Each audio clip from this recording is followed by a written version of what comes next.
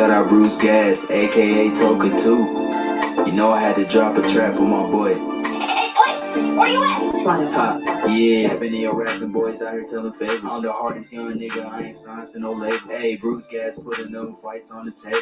Calling that Boston since Kane versus Abel. Smoking so much gas, you would think that shit was fatal.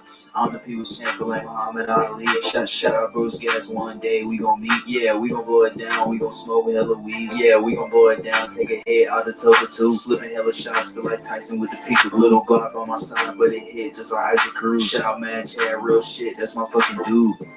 We always cooking on the panel. Straps on my side, I ain't talking about no sandals. Bruce passed me the blunt, I'ma light it like a candle. Ayy, non-stop bars, man, I always spit flames.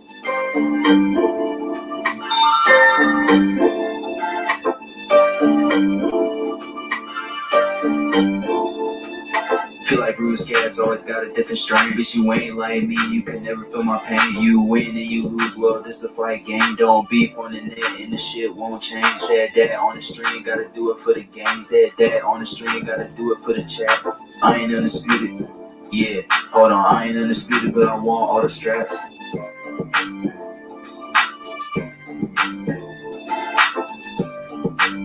Drop a trap for my boy. Hey, where you at? Ha, yeah, been in your harassing boys out here telling favors. I'm the hardest young nigga, I ain't signed to no label. Hey, Bruce Gas putting them fights on the table. Calling that Boston since Kane versus Abel. Smoking so much gas, you would think that shit was fatal. I'm the people's champion like Muhammad Ali. Shout out Bruce Gas, one day we gon' meet. Yeah, we gon' blow it down, we gon' smoke hella weed. Yeah, we gon' blow it down, take a hit out the Toka 2. Slipping hella shots, feel like Tyson with the peak. Little Glock on my side, but it hit just like Isaac Cruz. Shout out Mad Chad, real shit, that's my fucking dude. We always cooking on the panel. Straps on my side, I ain't talking about no sandals. Bruce passed me the blunt, I'ma light it like a candle. Ayy, non-stop bars, man, I always spit flames.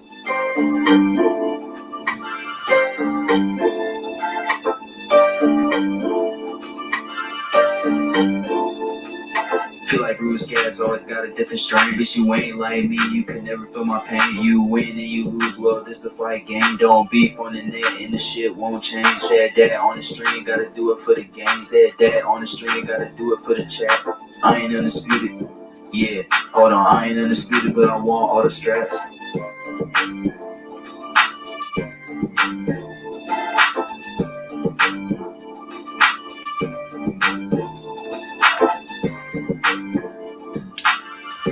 My boy 151 back there with the heavy stuff, man. We'll have to start this show here. Very bittersweet kind of a show here. Bittersweet kind of a show. But it is, I mean,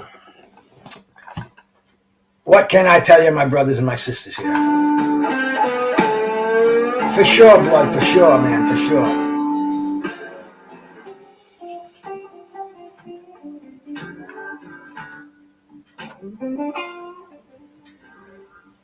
Look at that 70s blues in the background there. Just a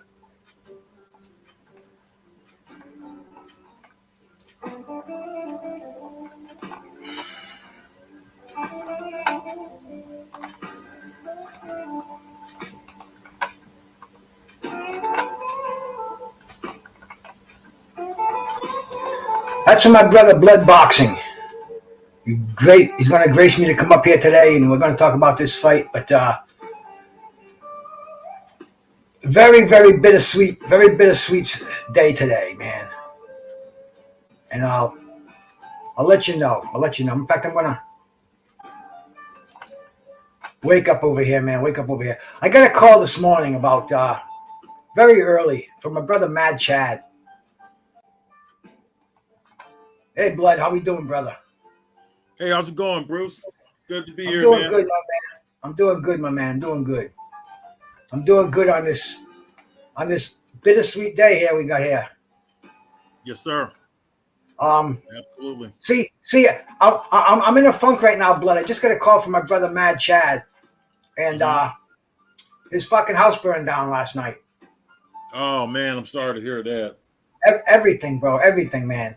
And he's lucky. He's lucky he's alive. He sent me a picture of it, a quick shot of his house, and I mean it's it's surreal. It kind of shows us the the reality of life, bro. You know how things are so temporary and fleeting, man. You know.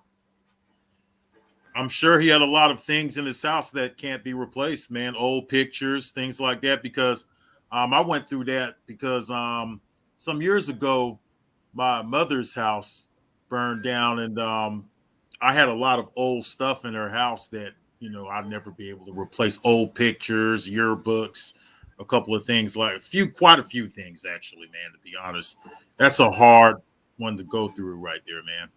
That's a real major setback. I'm sorry to hear that he went through that. Yeah, it's surreal, man. I live on the water, and I've shown you that many times. And a couple of years ago, I was watching a house across the bay, and it started smoking, and then all of a sudden it just poof, it went up in flames, and like within 2 minutes, the fire consumed it. And I could feel the heat over here a mile away, and Mad Chad told me that's kind of the situation. He says the house just is destroyed. I mean, like the Inferno. I mean, it just brings back memories of 9/11. How strong fire is. How, bro, it's just, well, I don't know, man. It kind of puts this all in perspective, Right. Yeah. But life and boxing goes on. You know what I want to do? I want to give Mad Chad a buzz, and I want to see if he's I want to just talk to him for a second, and he can maybe let us know what's happening. Let's yes, sir. Let's pull him up over here, man. Let's pull him up and see how this mobile phone here works. Okay. Mm-hmm.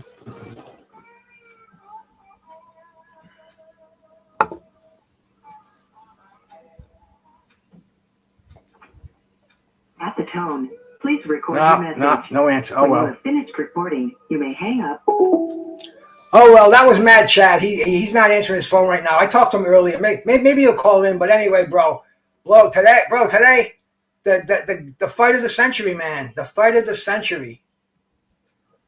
Yes, sir. That's what they called it. Bro, I was 16 years old. I was a junior in high school. Mm-hmm. The whole world was talking about this fight. This fight was on. I mean, the media, Johnny Carson, Dick Cavett. This was huge, man. This was huge, and it was right in the middle of the Vietnam War. The country was torn in half, and this fight epitomized the peace movement, the anti-war movement.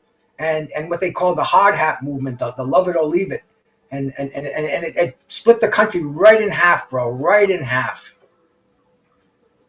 Yeah, sure did. I could go into this. I do have a presentation that I did prepare. I only found out about an hour ago that we were going this morning. I thought the show was going to be tonight, but I'm ready though. I put together a little presentation. Whenever you're ready, we'll go. I'm ready, bro. I got my Green Dragon tincture over here, man. I've told you about that before. Yeah. I wanted to know, how does that stuff work, man? Is it? Good? I've never had that it's like a fireball. You put it in. It's 195 proof alcohol that it has to extract the weed, and it makes this tincture. You get about a cc at a time.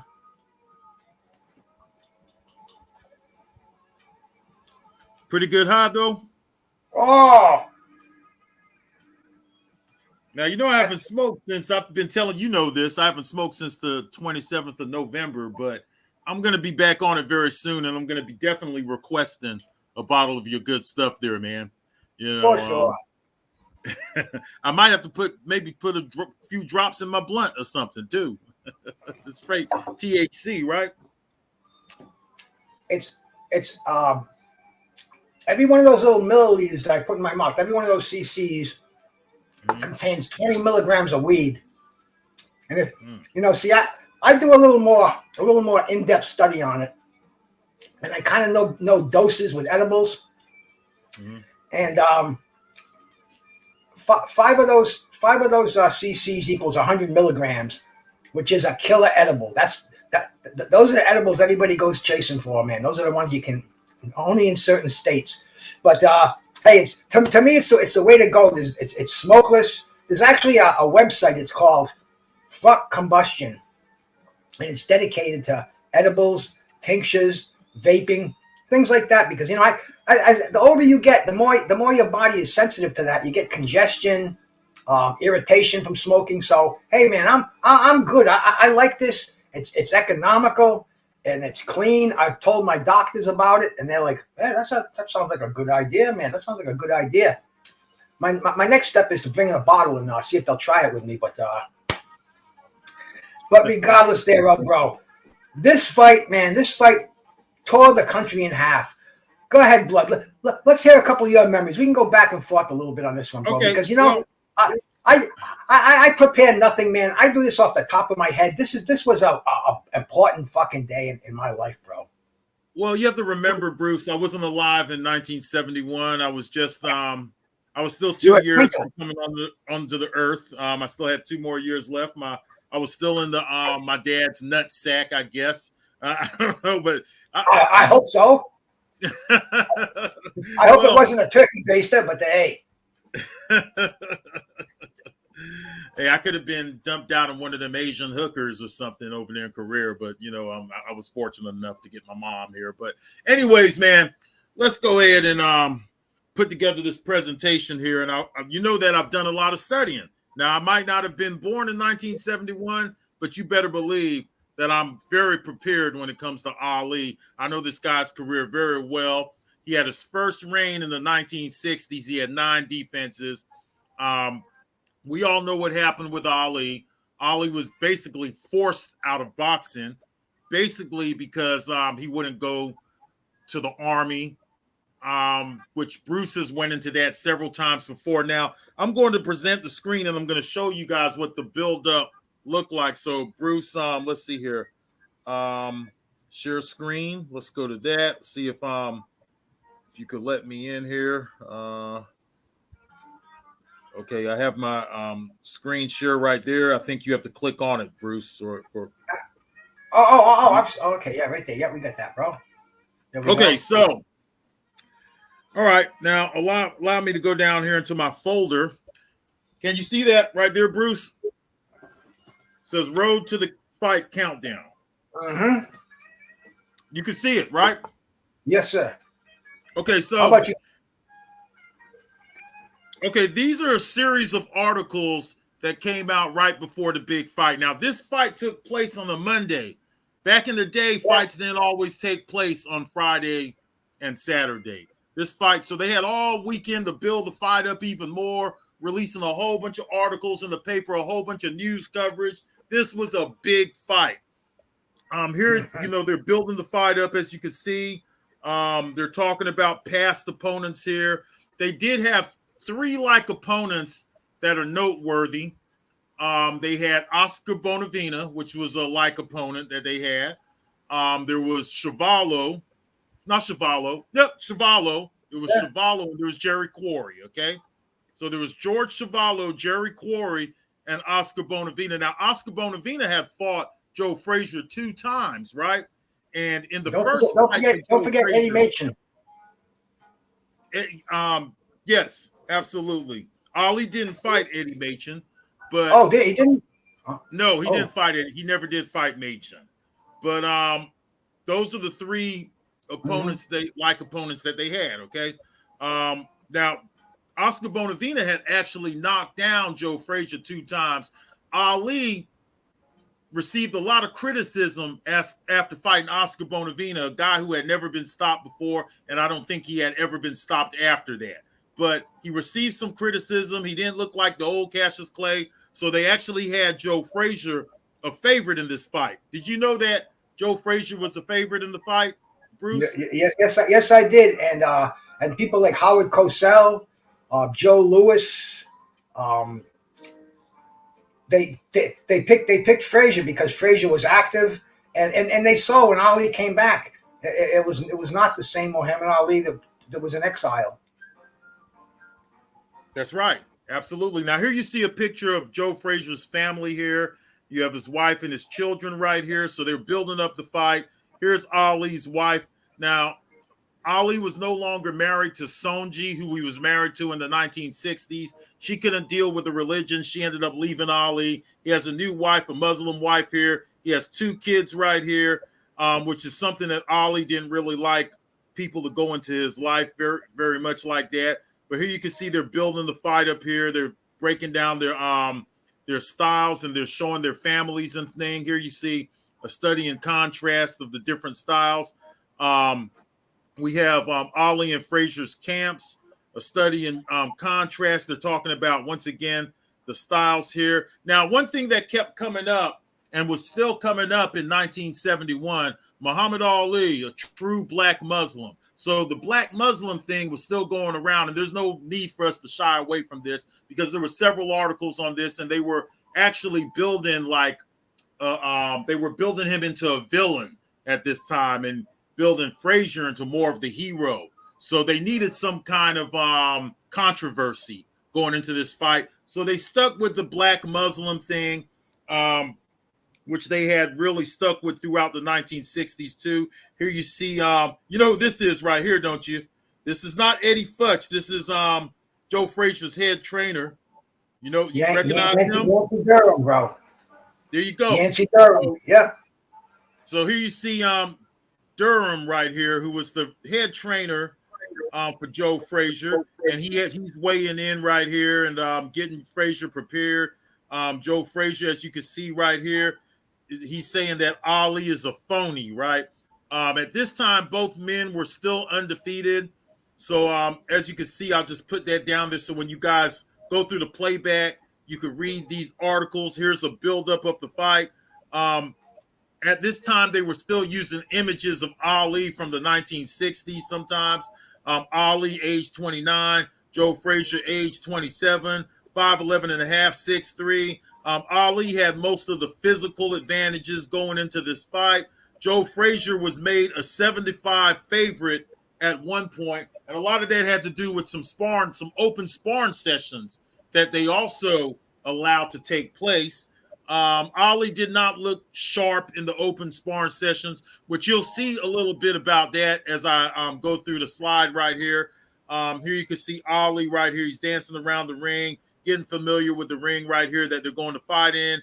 Here you see one of the experts of the time. His name is Red Smith. He's calling Frazier to win the fight. In fact, a lot of the experts call for Frazier to win the fight in this one. Here you can see a breakdown of the camps and what's going on with them and everything. They're risking their perfect records in the Garden. So that's another thing that was up for grabs. We had 2 perfect records. And like the old saying goes, somebody's O has got to go, right? And then here they are continuing to build the fight up. It's the fight tonight. Both champs are confident. Both were being called champ. Ali was, of course, the lineal champion. He was going around using the same kind of game buildup that Tyson Fury used by calling himself the lineal champ. Look, I never lost my belt in the ring and so forth. Here you see the buildup still going on Monday morning. The buildup is going on. I'm going to ask Bruce about that, how it played out with that fight being on a Monday. And they're talking about retirement for Frazier if he loses and things like that. Here you can see some cartoons. They like to do a lot of cartoons back in the day and drawings and things of that. And here you see the experts, just like Bruce just said, right? Bruce just told you guys that the experts had Frazier winning it for the most part. You had big names like Joe Louis. He was one of the guys who was considered to be an expert because he was an ex-fighter. Some of the riders, different people. And here's an article here to show that the experts did indeed have Frazier favored 6-2. Now, and I don't got very many here left, Bruce. I'm almost done with this. Bro. I love being educated, man. I really do, bro. Okay. Well, as Bruce was saying earlier, because Bruce already knows a lot of this, he said earlier that it was called the fight of the century. As you guys can see, this is what the articles were saying. They were saying that this was the fight of the century. That's what they were calling it, right? which Bruce would have to tell you a little bit more of why it was the fight of the century. But back in the day, there was no box rec. So what they would do is they would display the fighters' records in the newspaper. Here you can see they placed the whole record of Ali and Joe Frazier in the newspaper. There was no box rec. There was no internet. We were decades away from that kind of information. So we had to take every information, all the information that we could get, and value that information. Some people will clip this kind of stuff here.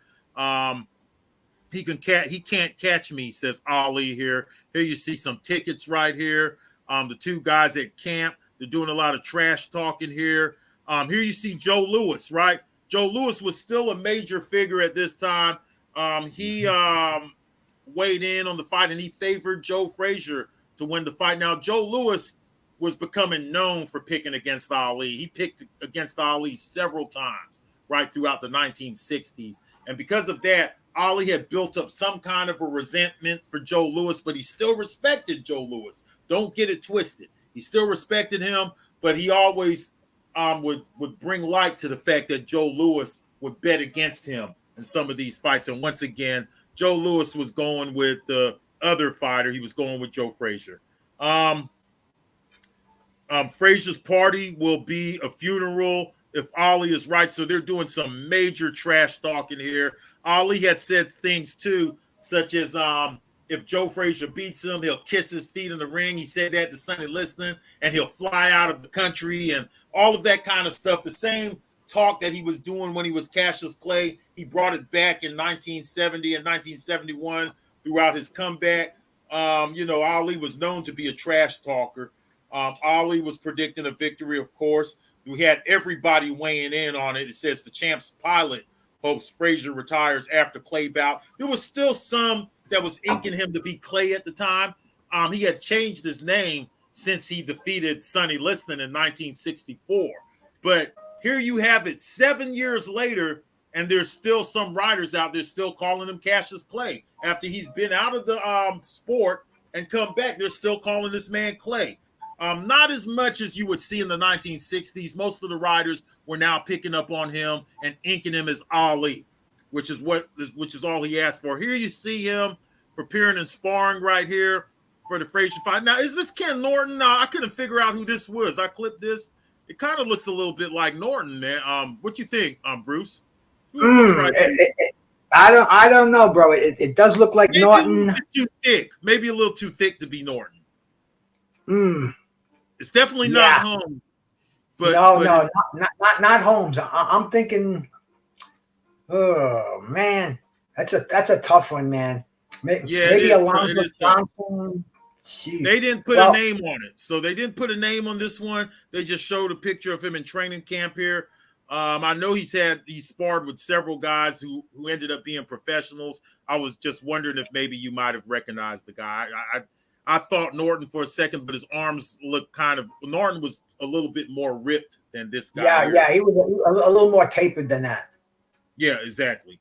So hey, let me shout out who came in here, bro. And Joe, the historian. Joe says Boss Man Jones, maybe, or Al Lewis. Oh, okay. So this is probably Boss Man Jones or Al Lewis. I know he did fight Al Lewis. So yeah, it actually does kind of look a little bit like Lewis, doesn't it? Al Blue Lewis. A bit. Yeah, it could be. It could definitely be. Hey, let me shout out who came in here, man. Go ahead. Take it over and we'll get back to this. And that makes our day, man. Carlos Mendoza, my brother. Shout out to you, man. Coco the Bulldog, I appreciate it. MP, what the fuck? I appreciate you in here, man. Two Matador, George H, boxing fan, Mr. Pads, as always, my brother. We got Shannon the Cannon in here. All right, man. MZID, shout out to you, my brother. Thank you for coming by. We got Jose Diaz in here, a true fan of the game. And we've got Danger in here. Danger. Jen Smoke, my brother, certified wrestling podcast from the NWA area, man. A true wrestling boy from down south, my brother Blood. You ever want to check out the professional wrestling? He's an inside man, bro. Oh, nice guy to listen to. And my brother Big Duke from Big Duke 24 over there, man. Shout out to my man, the monster, Big Duke. Joe, of course, is in here, man. Thank you, Joe. Tupac 13, man. Appreciate that. Mandringa 80. Thank you, my brother. Appreciate you coming in here. And I got Blood Boxing in here with me, a real historian. We're talking about something that happened 52 years ago to this day, and that was Muhammad Ali. Joe Frazier won the fight of the century. I remember it like it was yesterday. I don't remember yesterday like it was yesterday, but I remember this fight like it was yesterday. Blood. Let's talk more about it, my brother. Okay, now this is the last picture actually. On the slide, I believe. No, it's not. Actually, we're gonna get into that, but okay. Now this is an odds maker here. As you can see, everybody was weighing in. They say his name is Jimmy, the Greek Jimmy Snyder. Breslin, bro. Do you know this guy? Yeah, oh yeah. Jimmy Breslin, big odds maker back in the day, and he picked Joe Frazier, and it made it. You can go on Wikipedia, and you can see that he was a very important odds maker. People paid attention to his picks, and yes sir, man, Jimmy Breslin. Well, as you can see that he's reading the program here. I'm not familiar with this specific guy here, but I once again, Bruce was around. Bruce is schooling the historian here, right? But I'll get to know more about him as time goes on. When I get closer to this in my documentary, I'll look into some of these guys a little bit better. Now, this is something that we want to talk about, right? Because this kept coming up. In fact, I saw it in several articles.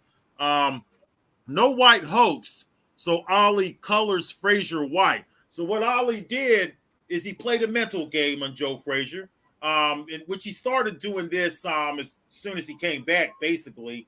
So Ali was always looking for a white hope. He did that with Chuvalo. He did that with Brian London and even Henry Cooper and guys who were not from America.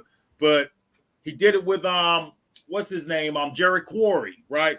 So now he no longer has that race factor to go with. That component is not there. So he actually started to call Frazier a sellout and an Uncle Tom, like he always would do his opponents like Floyd Patterson and Ernie Terrell. It was a little bit harder to do it to Joe Frazier because Joe Frazier didn't call him Clay and things like that unless he was being sarcastic. But for the most part, Frazier called him Ali. But, Ali was always looking for some kind of psychological and mental edge, and this is what he did. So I'm just going to display some of this real quick.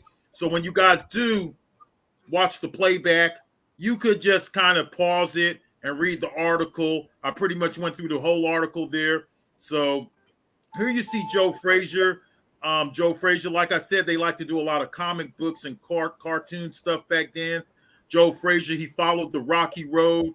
It tells you about the tough path that Joe Frazier went through. Ali was trying to paint him as the savior for white people and things like that. And I'm just telling you, listen, I'm not trying to offend anybody. This is what they placed in the paper, right? So why should we ignore what was really in the newspaper at that time? So this is the kind of stuff that was coming up during the buildup, right? So you guys see this right here. You could pause that. You could read the article. I've displayed the whole article there. Let's move on to the next slide here. Now, at the time, there was a little motion picture coming out. It was called AKA Cassius Clay. They were also promoting Ali through this motion picture here. Bruce, I'm sure you've seen this before. I have. And, just something else that was going on at the time. Here you see, again, Frazier with his head trainer. Many people thought it was Eddie Futch. You see him here again with Durham, who would pass away sometime later. But he was a great trainer from back in the day. And that's really it to conclude. So we could go ahead and come out of this now. Let me see if I can go back to the let me see. Okay, so I've came out of it, Bruce, and now go ahead, take over, man. Actually, let me tell you, is there anything that was in any of those slides that you wanted to expand on or anything like that?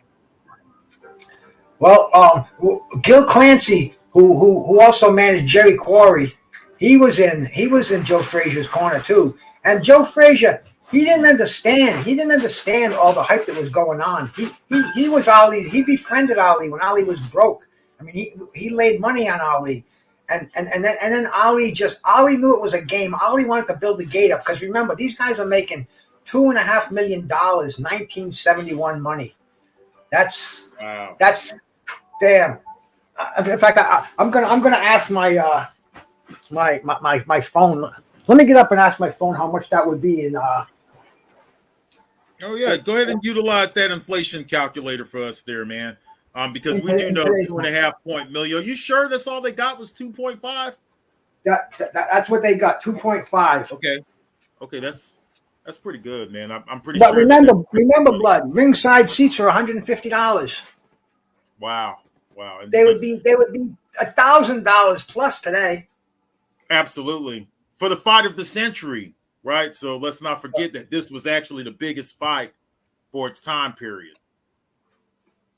And to be honest with you, man, this is still considered to be one of the biggest fights of all times. You have two undisputed champions meeting in the ring. Both of them have claims to a title. Ali has a lineal claim. Joe Frazier, he did the work in the ring as of recent. So this was a big-time fight. Both guys putting their O on the line.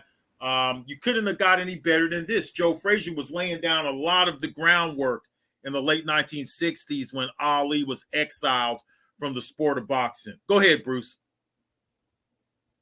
Oh, Bruce is still, he's asking his, he's asking right now. Equals 2,368,975 euros. Well, it equal. Let me do this again here. How much would $2.5 million 1970 be worth today? These are the top results. It would be worth $15 million today. Wow. An increase of 13. So according to that, but the thing is, this fight would be so big today. Do you imagine how huge it would be? I mean, this would not be huge. And Nick's M Classic Boxing Channel, man. Shout out to you, my brother. Always appreciate you coming by. And Jellybean 4280, my man. Shout out to you, bro. It would be huge. And the build up for this fight, like I said, Joe Frazier was a simple guy. Joe Frazier fought for the fight. He figured two undefeated champions for the undisputed title, that was going to sell the fight. But Muhammad Ali, he wanted to put an angle on there. He wanted to put a white hat and a black hat. He wanted to portray himself as the bad guy, and he did it, man. He got the gate. Like Ali said, he says, I don't care if you want to see me get my ass kicked or if you want to see me win, you're going to come see me. And that's right. Muhammad Ali. That's who he was, man. Because he did want to play that villain role in this. And a lot of people, they were actually placing Joe Frazier in as some kind of a hero. And there was still people that wanted to see Ali get his ass kicked because they wasn't satisfied with him being stripped. Because there was always diehard fans. It's just like when they took the WBA from Ali and basically put the fight between Machin and Terrell to take place. There was a lot of diehard fans at that time, and the Ring magazine stood against the WBA. They wanted to see Ali whipped in the ring. Even the guys who didn't like Ali, they said, that's not good enough. We want to see this guy's mouth shut. We want somebody to beat this guy in the ring. And that's how a real fight fan should think, rather than stripping this guy. Because before they actually took him out of boxing, the WBA, he went through a few rounds with them when they stripped him for really no reason whatsoever. They made up some rule right before the fight, and I listened to the great Bert Sugar. He talked about this, and he said they basically pulled that rule out of the hat about the rematches and things like that, because if you look at the NBA, they gave Floyd Patterson 2 different times where he had a chance to regain the belt, and now they're going around saying that a few years later that, hey, we don't do rematches. Well, you granted Floyd Patterson a rematch against Ingemar Johansson. You granted Floyd Patterson a rematch against Sonny Liston, and now all of a sudden you have this rule. It was basically because of acts detrimental to boxing, which was him being affiliated with the Black Muslims. And that's really what the problem was. I think that caused them some problems with that Vietnam War too, because they wasn't happy with the first classification. They wanted them to redo things for Ali and get him in the army or get him out of boxing, either one. Bro, there was no Twitter wars. There was no YouTube wars. They took this thing out into the streets. Crowds. One crowd on this side with hard hats. Another crowd on this side with peace signs. And they came together and bang, blood, cops. I mean, I saw heads get split open, man. I saw blood like I'd never seen before from hippies, from fucking people watching in the streets. It was love it or leave it. You don't like it, get out of this fucking country. You like Ali, go to fucking get out of here. And Joe Frazier was the American flag, apple pie. I mean, it was totally bent out of proportion, but it was real. It was physical. It wasn't verbal, bro. It was physical. Fathers and sons, families breaking apart because of this. This was huge. And we talk about worldwide percussions. They say the Vietnam War stopped that night, so they could listen to the fight. So the North Vietnamese could listen to the fight. I mean, bro. I heard about that. And I'll tell you something else. Like we said, this was on a Monday night.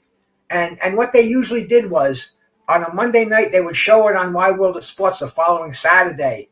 But this fight was so big, they still showed it in theaters for another 2 weeks after it happened.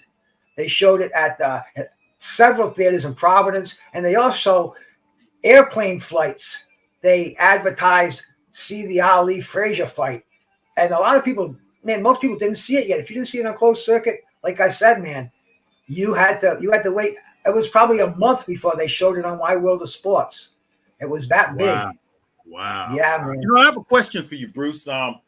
Going back to that time period. Now, listen, Ali, he represented for America in the 1960 Olympics. Joe Frazier represented for America in the 1964 Olympics. Both of these guys were Olympic heroes. They came home with gold. Now, I wanted to know, and I might do a little bit of research on this. I haven't dug into it. But why is it that Ali was the one being pressured to go to Vietnam and to sign up and maybe get sent to Knoxville? Joe Frazier was a few years younger than Ali. Why didn't they put him through all of that? Well, supposedly Joe Frazier, of draft age. I did hear that Joe Frazier had flat feet and couldn't and he had hardships because he was the lone provider for his family. And like you said, Ali, people didn't like Ali because they were afraid of Ali, because Ali was taking the black man and saying, you're important. You're a man. He got a conscious awareness in this country, and people are afraid of that, bro. Especially the politicians and the police. They were not friends of Ali. And there was a story about Joe Frazier too. Joe Frazier was he was friends with the Philadelphia police, and Curtis Anderson told me this was true, and they vilified him for that. And it was just I want to say like blue collar against the youth. It was crazy because nobody was neutral on this fight. Nobody, bro. You had to pick sides, and sometimes you had to fight for that pick. I mean, I was called a peacenik and a hippie and everything else, and a queer lover, bro. It was fucked up, and it was way more intense than Manny and Floyd, and even and Ryan and Tank today. This divided the fucking world, bro. This was huge. People don't realize how huge this was. Well, Joe Frazier was as blue collar as it got, because after he left the Olympics in '64, he went right back to the slaughterhouse and started working in back in the meat cutting, the slaughterhouse, and I think that's where they got some of that stuff with Rocky hitting the meat, and that's what Joe Frazier used to do. He actually had just a regular 9 to 5, but for whatever reason, they sure didn't bother him. The military wasn't bothering with Joe Frazier. They wasn't bothering with Jimmy Ellis. They wasn't bothering with some of the other young fighters that were around at that time. And I've always considered that it was just Ali that they were picking on all the time. And there were other fighters within draft. Quarry was of that age range. There's several fighters that they could have went after, but they specifically always went after Ali. And I'm pretty sure a lot of the reasons you laid out has something to do with that. But man, what a build-up, Bruce, man. What a build-up, bro. Oh, it was just incredible. And then the night of, like I said earlier, I was 16 years old. I couldn't go see this at the closed circuit arena. And then another thing about this, they weren't that. It wasn't like it is today. They didn't have global satellites. This was all done through phone lines. And I believe there were only 50 phone lines that throughout the world to see this fight. And one of them went to the White House, which is a little something, which is how big would that go over today? But oh man, it was like a Monday night, and the whole world stopped, and the boxing world took over. Everybody was a boxing fan on that night. Your mom was a boxing fan. Your grandmother was a boxing fan. Everybody had opinions, and it was nothing like that will ever happen today. Can you imagine a fight like that happening today, where Ali comes back in less than a year? He takes two of these tune-up fights, Jerry Quarry and Oscar Bonavina, and then he goes right into a championship fight, ill-prepared, like many of his corners said. Angelo Dundee mentioned it. He needed the money. He was broke. He was out of boxing for 4 years. He still took care of his entourage, and he needed the dough. And he went in there. We saw what happened when a fine-tuned Ali fought Joe Frazier the second time. And I mean, those two were they're probably still going at it today in heaven, man. And it's probably it's just an amazing rivalry. Hey, John McSmith, how you doing, brother? Derek Bailey, man. Thank you, cats, for stopping in here. We're here on this hallowed day, bro. The anniversary of the fight of the century, 1971. Joe Frazier, Muhammad Ali. I mean, to me, it was the greatest sporting event I've ever witnessed, and I've seen the Sugar Ray Leonard Thomas Hearns. I mean, the Ali comebacks. I mean, all fights. This was the hugest event that I've ever seen. And like I said, the whole world slowed down for this whole fight. The whole world stopped. You could ask anybody. I went to school the day before the next day. The whole cafeteria. It's all they're talking about. Oh, I thought Ali won that fight. And the way I heard it, Blood. I listened to an AM radio back then, a top 40 radio station, and they had the UPS the ticker that would come over the line, and so the disc jockey, his name was Big Ange. I'll never forget that. He'd read after every round what happened, so we kind of knew, Joe Frazier landed tremendous body shots in this fight. Ali's sticking his tongue out, and he just nailed with a left hook, and it was like almost like being there, but. And everybody was talking about this the next day. Everybody. And like I said earlier, the theaters were still showing this fight. So some people drove 10, 20 miles, spent a couple of bucks to go and see this fight for the first time. They milked it. They did a great job. It was smart. And when it was on television, it was a production too. It was Wide World of Sports, maybe their largest show ever. And they had Frazier and they had Ali in the audience when they were showing the fight. And it was, oh, bro. How did it roll over on a Monday, man? Having these fights on Monday, was this something you were used to at the time? Yes. Monday nights was a big night for the fights. You look at Madison Square Garden, Ernie Shavers and Ron Lyle Monday night, Chavallo and Frazier. All those fights were Monday night for some reason. Monday night was a big fight night because Saturday night, that's when you went out with the old lady. That's when you kept your marriage intact. That's when you either went with your girlfriend or your wife. But that was date night, and even the fighters respected that. Today, I think they have this illusion that if a fight's not on a Saturday night, it's not going to sell. And man, oh man, I don't know why they just don't. They look back in history on because what are you doing on Monday night? Nothing. I mean, even a casual. Exactly. Monday night would actually be a very good night. That's why we miss Tuesday night fights, because nobody's doing nothing on Monday and Tuesday and Wednesday for that matter. So, they should bring these fights back, these major fights, these major championships on a weekday night. Now, I want to ask you, Bruce, you said you listened to this fight on the radio. When did you actually get to see this fight in motion? When did you get to see this fight in motion? I got to see the fight about a month later when it came on Wide World of Sports. That's the so that you're was the sitting first around time. for a whole month talking about a fight that you heard through the radio, right? They really had to spice those broadcasts up, man, for you guys to be able to talk about this fight just from listening to it on the radio. That's crazy, man. No, bro, Blood, they didn't have to spice anything up. This fight was already drenched with hot sauce before they even put it on your plate, bro. Okay, so what went through your mind when you heard Ali goes down? What went through your mind right then? Who was you going for, too? Oh, I was going for Ali. My dad was for Frazier. I cried when the fucking fight was over. Probably the only time that a fight ever affected me where I was wrong. You know, I couldn't believe Ali, the great Ali, didn't come out on top. And when he got floored in the 15th round, I knew it was over. I knew he was getting outboxed throughout the fight. Joe Frazier was hungry, you know. And like I stated, Ali went into this fight too fast. He didn't have the preparation. He didn't have the time. He was a 4-year exile, 2 fights against top contenders. And then he's fighting Joe Frazier in Madison Square Garden for the World Heavyweight Championship, 15 rounds. Just mind-boggling. And I watched the fight so many times, and I can't help to say that Ali, while he valiant fight, I mean, he put Joe Frazier in the hospital for 30 days. Joe Frazier wasn't a shell of a man after that fight.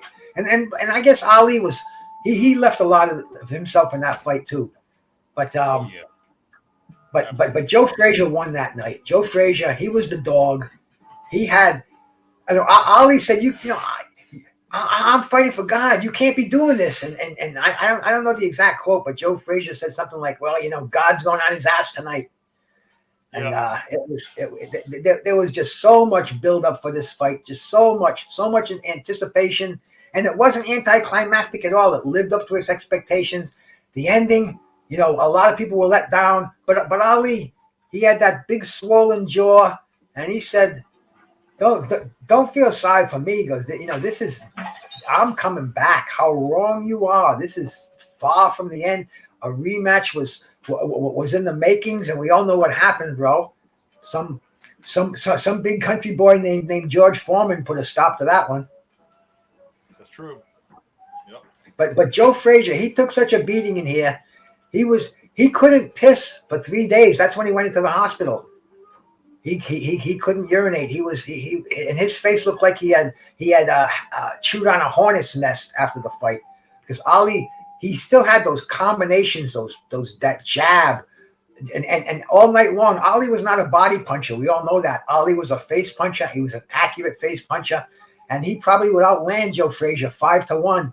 But Joe, that devastating left hook, he hurt Ali several times, but that floor in the 15th round, it kind of put the frosting on the cake.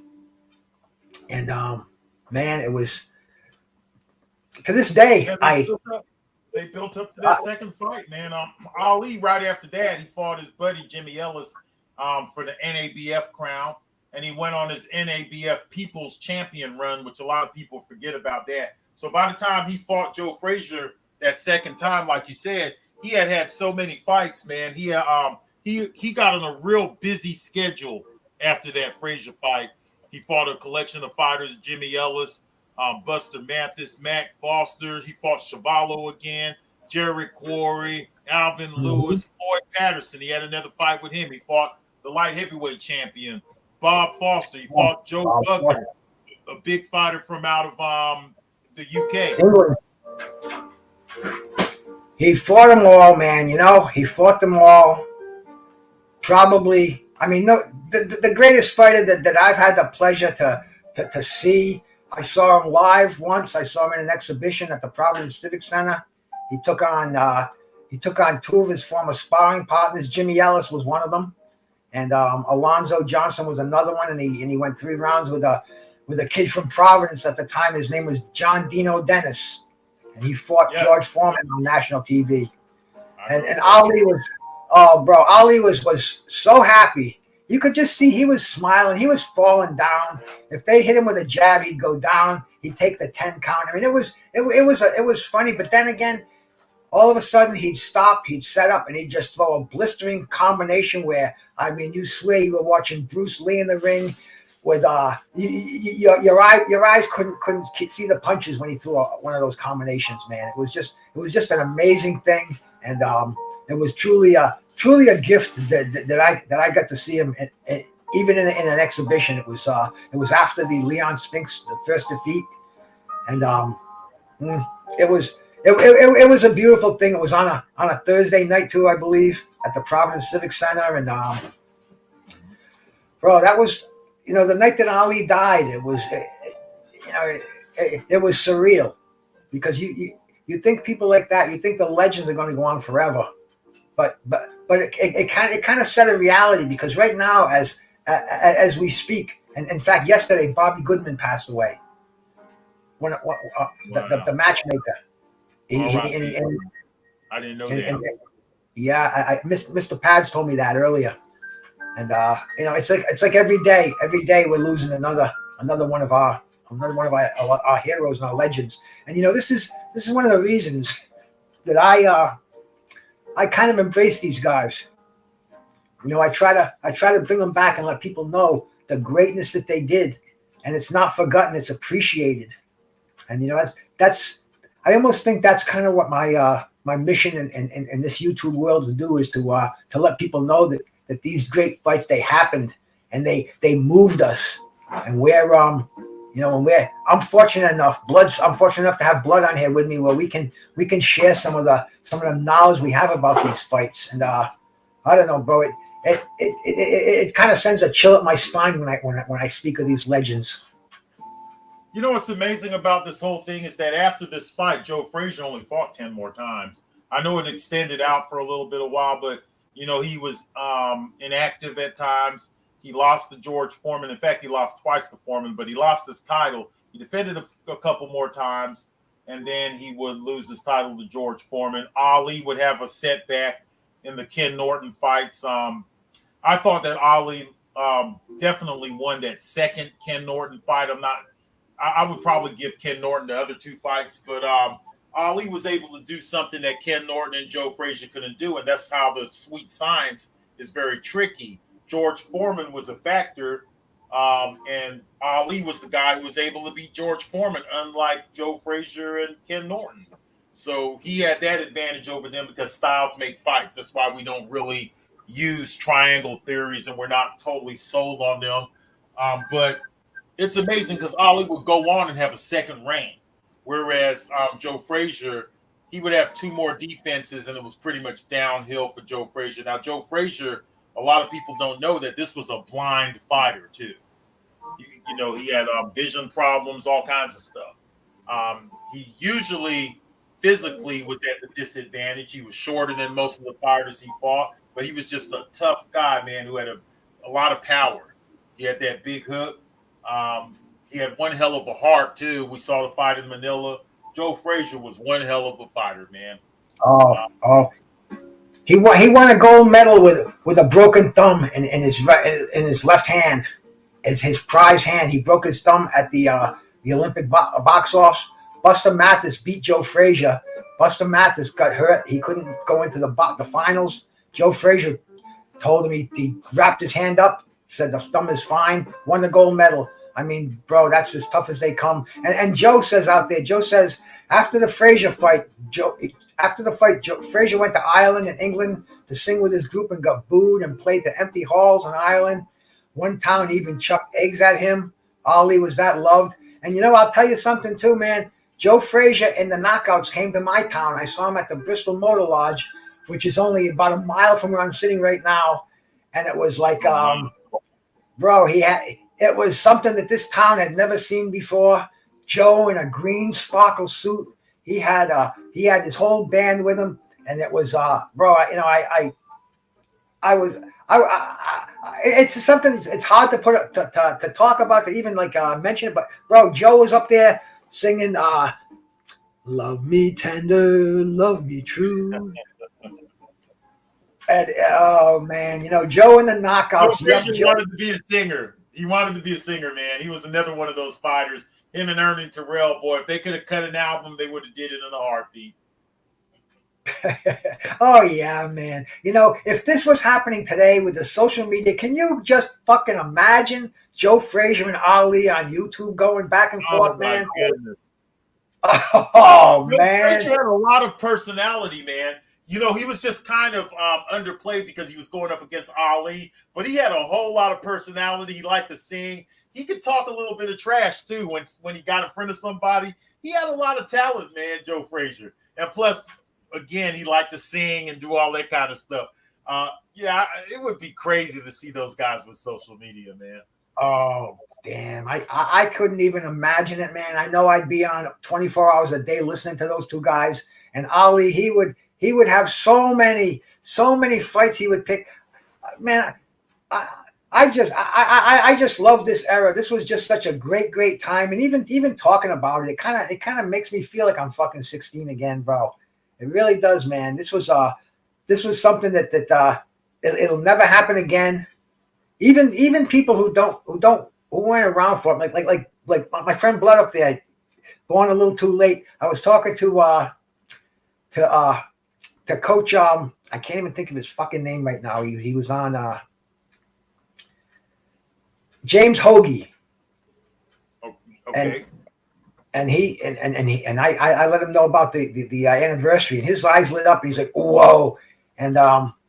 And Joseph, the host, he asked me, he says, were you around then? He goes, I was around. I was only about 10 years old, but man, it was happening. It was happening. The whole world. It was, you undescribable. That's how this fight touches people.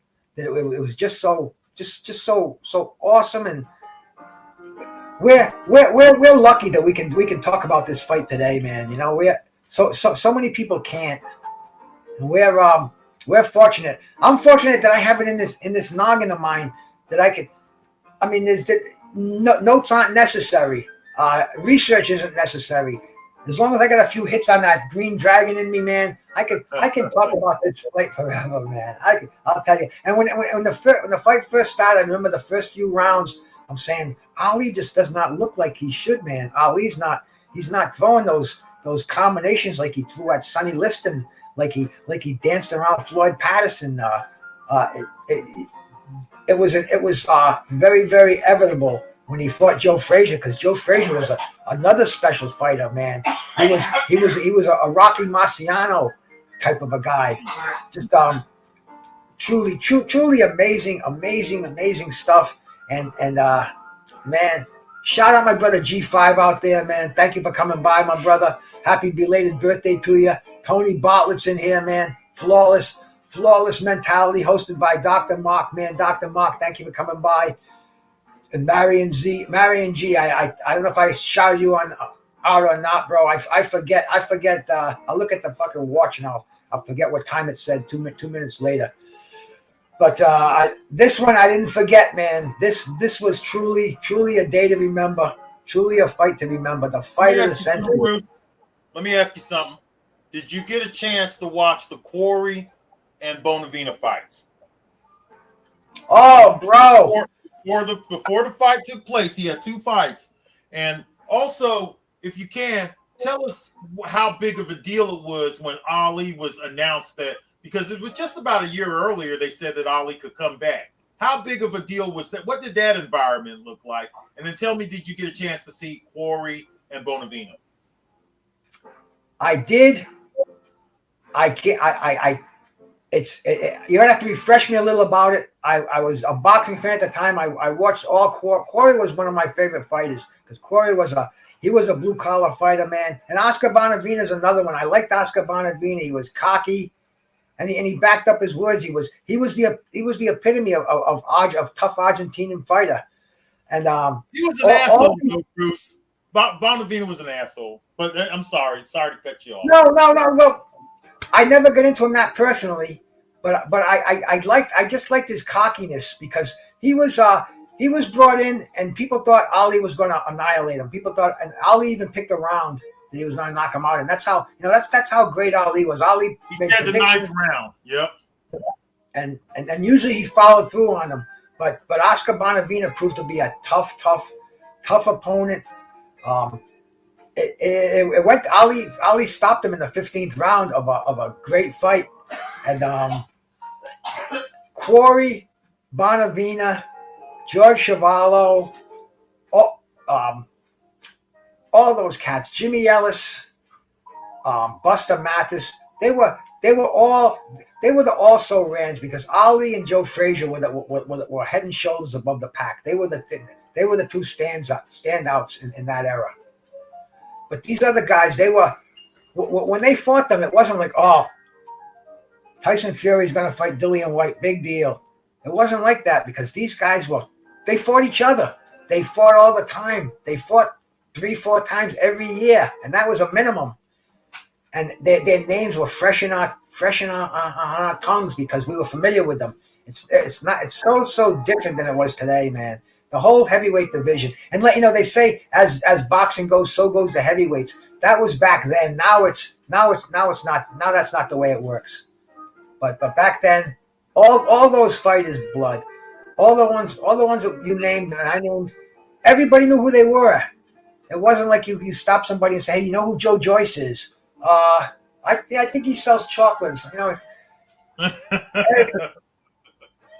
know what I'm saying? There was no question on who these guys were because these were the TV stars back in the day. Well, Oscar Bonavena and George Chuvalo had the same trainer for a little bit of while, right? And what ended up happening was, I think his name was, so he ends up going with back to Oscar Bonavena, but he brought in Rocky Marciano because he used to train Marciano, and Chuvalo was really cool with Marciano. He was like, yeah, man, whatever pointers you have, I'll take that. Now, when Marciano went to Bonavena was real arrogant and treated Marciano like crap.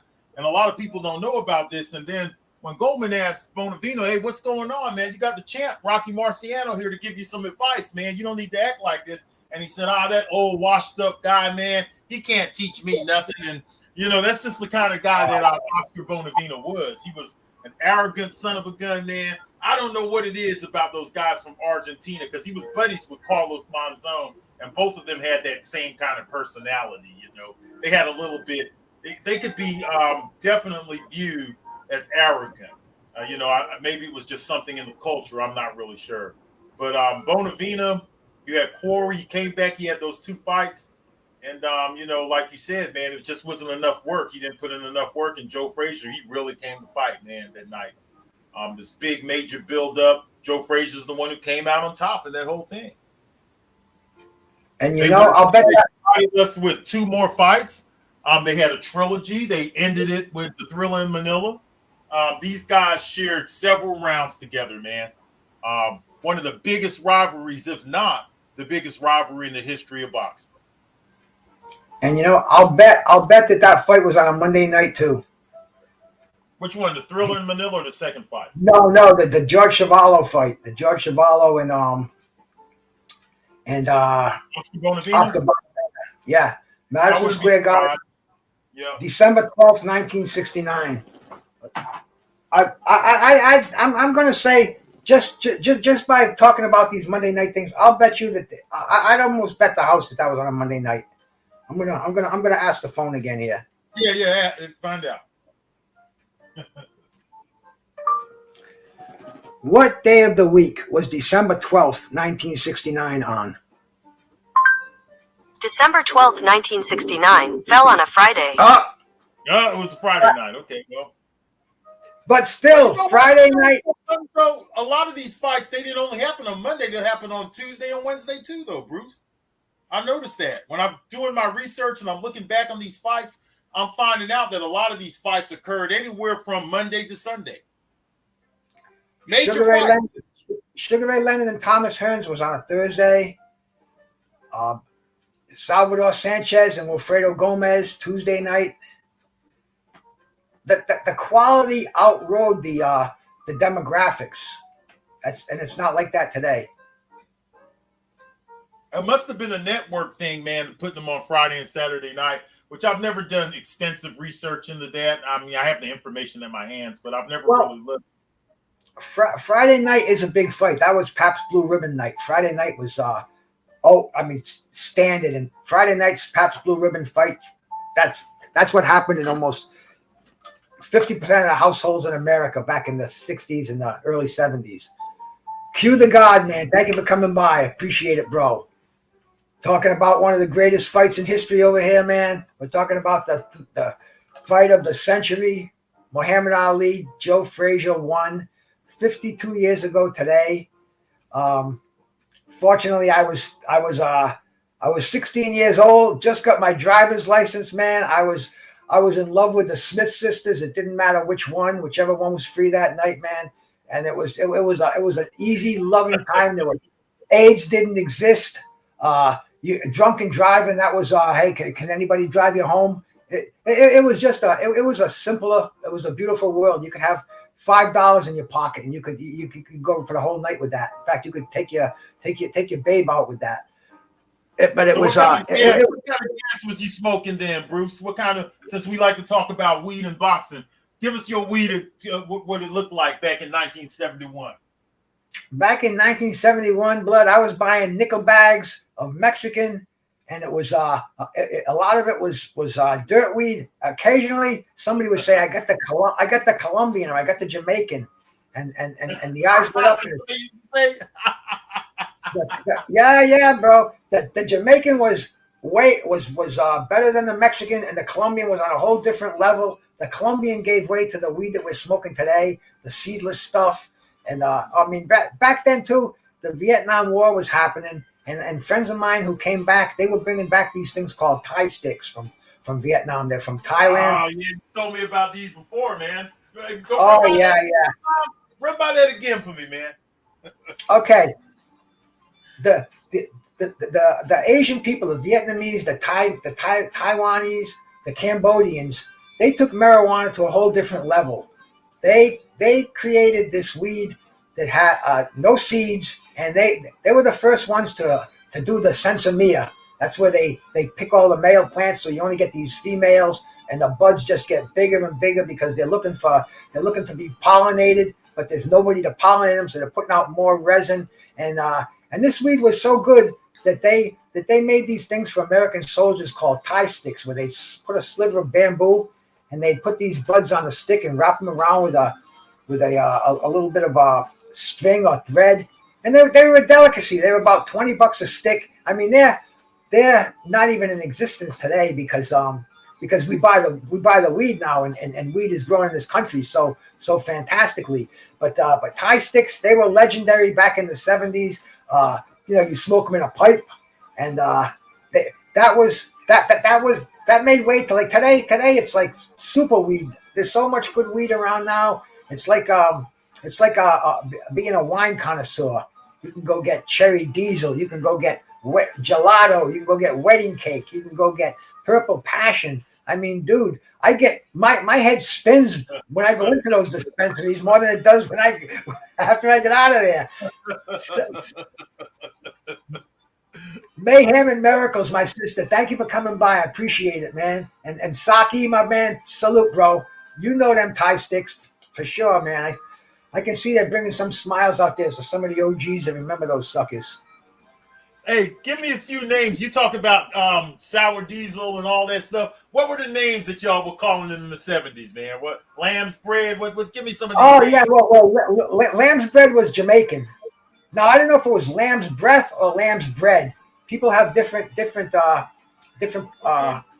ways on that. But that was killer stuff. You had Acapulco Gold from Mexico. That was the Colombian Gold, the Acapulco Gold. That was the best grass I ever smoked, even to today. It came around in about 1975, 1976, and it was totally different. It was gold. It was actually gold colored, where most of the weed was dark brown or green. This stuff was gold, like my little gold bracelet over here. Totally different. You could walk into a bar room, right, and you could tell the bartender, "This is tobacco," and I'm rolling my own cigarettes. And he'd look at me, and it didn't look like regular weed. So for the first month or two, you could get away with that. And first month or two. Then you walk in and he said, "Oh no! I talked to some guy. That's no." They're like, "What? Really? I thought it was Mexican tobacco." But anyway, this This was Acapulco gold, Colombian gold. It was a totally different experience, bro. Toka Talk, my brother. Shout out to you, man. I'm getting the weed heads in here now, blood. They must be smelling what we're putting out, bro. In fact, man. that makes me want to do a hit on my tincture here, and I gotta be careful. Man, go and take a hit of that shit, bro, because I'm looking forward to trying that shit out, bro. You know, but I gotta be quiet for 30 seconds. You gotta give me some more names. Y'all had to have some more shit on the street now. What else y'all had out there, man, in the 1970s? If you want to take it to early 80s, go ahead, man, right? Oh, no. Believe me, we got it here, bro. We got it. Let me absorb this hit. Okay. All right. Because if I start talking, I'll be like the Exorcist. I'll spew this green stuff all over this fucking screen. The tongue is And I'll tell you, you gotta be a tough son of a bitch to do a hit of this, bro. Hey, man, I started making this about 3 months ago, and I fucked up. When I first made it, I was mixing it with juice, and this would probably only last me 2 days. Me and my wife, we put 15 cc's in a little glass of juice and swig it down, and the buzz would be there. But then I started reading about tinctures. I started reading about this thing called the sublingual delivery system. Yeah. And what it is the glands under your tongue, they absorb it almost like you're injecting it. It doesn't have to go through the liver. It doesn't have to pass through the liver. It doesn't have to go through the intestines. It gets right into your bloodstream. In fact, I don't know if you know any junkies' blood, but they got this stuff that they give them now. It's called Suboxone, and it weans them off the heroin. And they administer this the same way. They put these strips under their tongue and let them dissolve. Right. And that's what this tincture does. You put it under your tongue. That hit I just did about a minute ago, I'm already starting to feel the effects of that. And it's a nice cerebral high. It doesn't make you choke. It's the way to go, bro. It's levels. You know how we talk about levels in boxing? This, my man, is levels. I can walk around with that bottle in my pocket. I can do a few shots under the tongue anywhere, any place. I'm not breaking any laws. I'm not lighting up where you can't light up. And hey, it's making me happy. And you know, I do my tincture. I put my earbuds in. I'm listening to some jazz tunes or some country bopping. And how the fuck can I be mad? How can I be mad at anybody? I mean, bro. What the hell? You retired the Toker too? Or what? Yeah, well, the Toker, yeah, kinda. The Toker 2 is it's here. Oh, I'm just gonna break it out because my wife has one too. We have two Toker 2 family here, but we don't even use them anymore. Both of y'all got your own Toker 2. Yeah, we do. You know, I'm not. Hey, baby, bring your Toker in here. Oh shit. Yeah, man. You still use the Toker from time to time, don't you? Well, I haven't used it in a while. As you can see, it's dirty and I see. Shit. Usually it's clean like a whistle. I get this thing sparkling, but yeah, I bought one for the wife because she wanted to take mine all the time. Yeah, see, this is hers. You had a problem with that? This is hers. Ah, yes. And this is mine. And you can see hers is a lot cleaner. She keeps hers. She has that filtered water in hers now. Oh, I put the Perrier in mine, bro. I don't fuck around. Bottled water. Thank you. Oh man, you're a trip, bro. But bro, you remember that one time when you had Trisha Morrison on there? You pulled out that Toker. Trisha Morrison didn't know what the fuck that was. She was like, "What the hell is this guy doing right here?" You should have saw the look on her face. I don't know if you caught that, but I did. You just pulled that shit out right in front of Trisha Morrison and hit that damn Toker. She was like, "What the fuck is going on around here?" What? Why? It totally knocks my burn out. My wife is telling me to eat a jelly bean when I do my tincture because it knocks the burn out. But I kind of like the burn now. I'm starting to dig it. And I think it's doing permanent damage. I feel like my gums are rotting away, but hey, it is what it is, you know? You might be back to that Toker too before long now. That's why I'm not giving it away. I was going to give it to somebody. Somebody asked me the other day, and I said, "Oh, whoa." He said, it's not like I'm retiring the sucker. I'm just doing it in a different form right now. But man, even when you retire, you need to place that as an ornament. You need to set up a shrine and shit for the Toka 2, man. Never give the Toka 2 away, man. That's legendary. That sucker's going to be embedded in my gravestone. I believe you too. I don't even think you're making a joke on that shit. I think it's really going to be. Alaskan thunderfuck. I'll tell you, Toka talk, bro. Alaskan thunderfuck. I had a friend of mine in Alaska, and he told me the reason of that was because they had that land of the midnight sun where they had 30 days, 3 months of sunlight, and that's when they would grow that Alaskan thunderfuck, Manituska thunderfuck, I think they would call it. But it was that's when we realized that the male plants were unnecessary, and it became a game. If male plants were still in your crop got pollinated. It became commercial, and there's not even a market for commercial anymore. I don't know who buys the stuff anymore. Because blood back in the day, man, that was my thing, man. I used to handle pounds of that shit, man. I used to handle bales of that shit back in the fucking 70s. It was it was a free economy back then, man. It was almost accepted. And you had to have a few brains in your head to not to get in any kind of trouble by doing it. But it's been way more than 7 years, so I don't care. I talk about the shit freely now. Sounds like you were the guy to know, man. That's what it sounds like to me. You had the black cable boxes in the 1980s. You had the weed. You had everything that I'm interested in. So, and boxing. On top of that, you had the boxing stuff going on. Boxing. Life is hard enough, and I always kind of look for little ways to pad the rough edges to make life a little more pleasurable. Because man, it's difficult. I see a lot of people going through life day to day, and it's hard, man. And I'd like to relate to these cats, and I say, man, you've got to appreciate what you have around you, bro. I mean, like the black box. The black box was illegal, but the people that got busted for black boxes, they got busted for black boxes because their house got raided for drugs or domestic violence, and the cops saw the black box. But they were the way to go, man. I saw so much boxing with that damn black box. I mean, Showtime, HBO, Knockout TV, all the pay-per-views. It was amazing, and they were transferable too. You could take your black box and you could bring it to the next guy's house and plug it in. You could have your party over there. So they were a great thing while they lasted, man. I used to deal with them too, man. I didn't start dealing with them until the early 90s, but my dad, he had one in the 80s. But what would happen is those things would play out. Like the cable companies will come out and they'll have to come out with a new version of it and shit like that. And you'd have to get an update at some point. But I started dealing with them in the 90s. I can't remember how much I was paying. I think I was only paying about $70 to $100 for one of them things, if I'm not mistaken. Well, I remember I got mine in 1985, so I remember it was the year that I got a divorce. I was living by myself, and this dude, and I didn't want to get one. I was afraid to get one. I said, "No, are you kidding me? That's piracy. You're gonna get caught." Blah blah blah blah blah. My man came down one day and he just hooked it up. He says, "Look at this," and he started going through my cable system. Ding ding ding ding.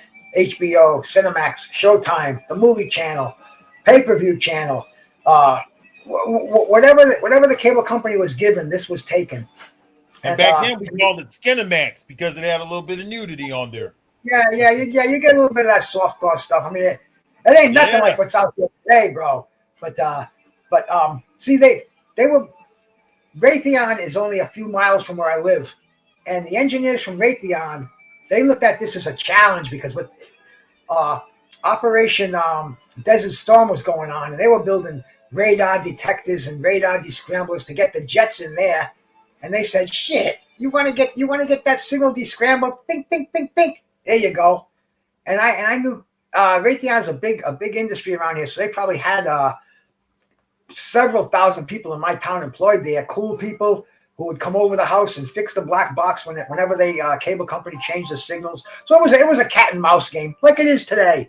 I mean, we see they take down domains. and you go find another one. I sent you one a few months ago. It's been taken down. They put another one up there. Right. But bro, they're available. I just do a Google. I start looking around and I find another one. Hey, Michael Johnson, how you doing, brother? Good to see you out there, my man. Some pretty cool people in the comment section. I know a lot of those guys, but there's some guy in your comment section called Toker Talk.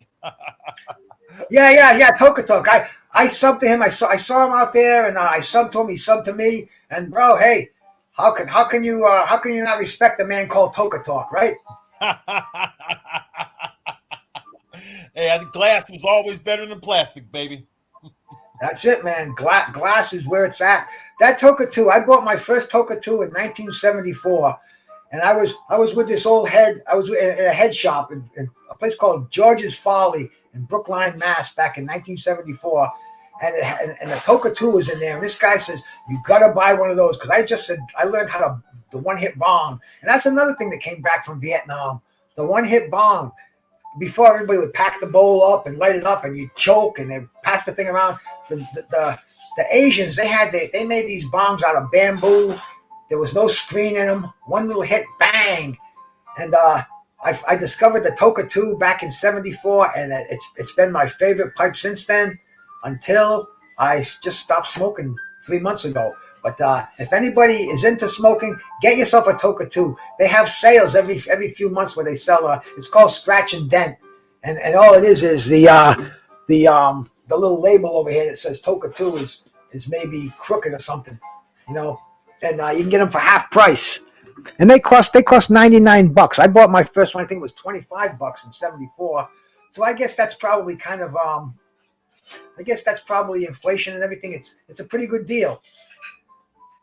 Toker Talk says when you're inhaling a blunt or joint, we always know what to expect, but there's always that bong that you'll hit, and you hit it a little bit too hard because you don't really know how the rhythm goes of that specific bong. And there ain't nothing better than a good clean hit of a glass bong, man, where you took too much and you didn't realize that, hey, this shit comes fast, but you're high the rest of the fucking day sometimes. Oh yeah. you get the wrong hit and you hit too much of that shit. That shit will put you on cloud 9 for at least a few hours, man. I've hitting on them where I thought I was never going to come down. I'm a filthy casual with boxing. I just like following the hometown boy Ryan Razicki. All right, brother. Hey, man, we're all casuals. I'm a casual in here, bro. Believe me. I get put in my not put in my place. I put myself in my place because a lot of people they you know. The YouTube OG, the YouTube historian, bro. I'm a fucking casual, man. I listen to some of the people that I really respect, man. Scrapbook Boxing, Blood, Curtis Anderson, people like that. The late great Curtis Anderson, and you know they kind of it makes me realize how little I know and how much more that I want to know, and it keeps my interest for this. Where I go search out these cats, the boxing librarian, people like that know their shit, man, and That's why I love boxing, because every day it's something new and it's something exciting, and then we can fall back on something like this and just reminisce about it, bro. I mean, it doesn't get any better than this for me, man. There's a lot of hidden treasures in the sweet science. There certainly are, bro. There certainly are, man. There certainly are. Hey, anything else you want to say about this fight? Anything you want to say about this? I know I had you here for an hour, man. I appreciate the hell out of you stopping on here with me, man. Hey, man, it's been a lot of fun, man. And I'll tell you what, man, going back to Ali versus Frazier, this has been a great discussion. And you guys should, if you guys came in late, go back on the playback, man. Me and Bruce, we went into the history of this fight. We even went into the build-up. We gave you some solid information and some firsthand experiences from Bruce, who actually was of age to remember what the build-up was like. And I just brought forth some historical data. They called it the fight of the century, man. It was the biggest fight of its time. You had two fighters, heavyweights, who both had claim to being a champion, right? They're both undefeated. They put their O's on the line. Somebody's O had to go, and it was Ali's O that had went away that night. But it was a great fight, man. These guys, they put it all on the line. We didn't have to hear nothing about negotiations. We didn't have to hear nothing about none of that trash that people talk about today. These two guys, they gave the people what they wanted, man. And salute to both Ali and Joe Frazier. I'd like to send out a strong RIP to those two great gladiators, man. And Bruce, thanks a lot for having me on this show, man. I'm gonna come back and we're gonna talk some more boxing. From time to time, I'm gonna make sure I come in here and talk some good old boxing with you, man. I really appreciated this. Thank you, my brother. You stay blessed. Okay, man. Take it easy, Bruce. Peace. Man. The legend, Blood Boxing, coming on here to give us some of that great knowledge, man. And this man has a passion for boxing. That's why the first time I saw him, I said, man, me and this guy, we got something in common. We love our weed, we love our boxing, and we know what. I can't speak for Blood. I can just speak for myself. It was a pleasure having him on here. Hey, Troy Graham, bro. Thank you for coming by. Troy, I dropped that link, but man, I'm ready to close this one up, man. I just wanted to have a quick little appreciation video for a great day in the history of boxing. Joe Frazier, Muhammad Ali, fight number 1, March 8th, 1971, bro. I mean, dude, it was a happening. That was a big word at the time. It was a true happening. And I thank all you cats for joining me with it, man. It was probably the fastest hour and a half I think I've spent in my life. Well, maybe not the fastest, but one of the most enjoyables. But thank all you cats. I want to thank all you cats for coming in here, man. Bruce Gass, Boxing Jazz and more. God bless you. I'm out of here. Peace.